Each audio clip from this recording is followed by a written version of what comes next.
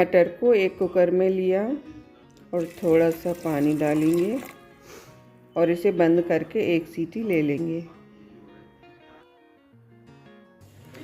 इसमें एक सीटी आ गई तो अभी इसे ठंडा होने देंगे, फिर खोलेंगे। ये हमने गेहूं का आटा लिया है जिससे रोटियां बनाते हैं। इसमें नमक डालेंगे, सादा नमक, और इसे सेमी सॉफ्ट आटा गूंथ लेंगे पानी डालकर। अभी हम इस आटे को 10 मिनट रेस्ट करने देंगे, ढक के रख देंगे।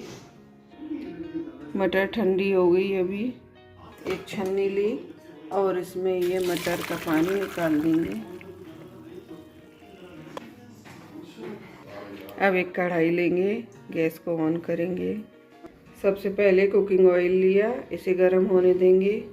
इसमें हम डालेंगे हींग, जीरा,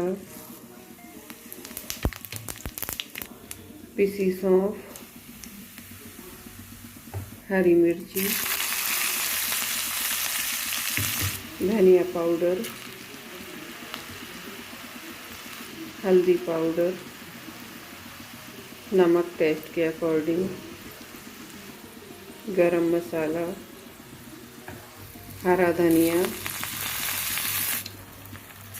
इनको मिक्स करेंगे। अब डालेंगे मटर।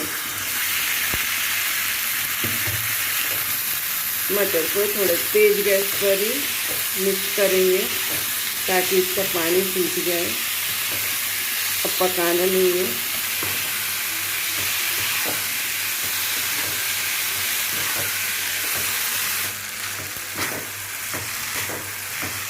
ये मटर ड्राई हो गई, इसका पानी सूख गया।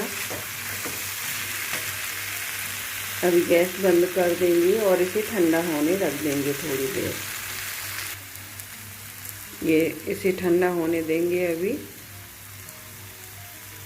ये मटर के पानी को अभी अलग रख लेंगे, इसको बाद में यूज कर लेंगे, फेंकेंगे नहीं। इस आटे ने रेस्ट कर लिया, अभी इसको सही करेंगे।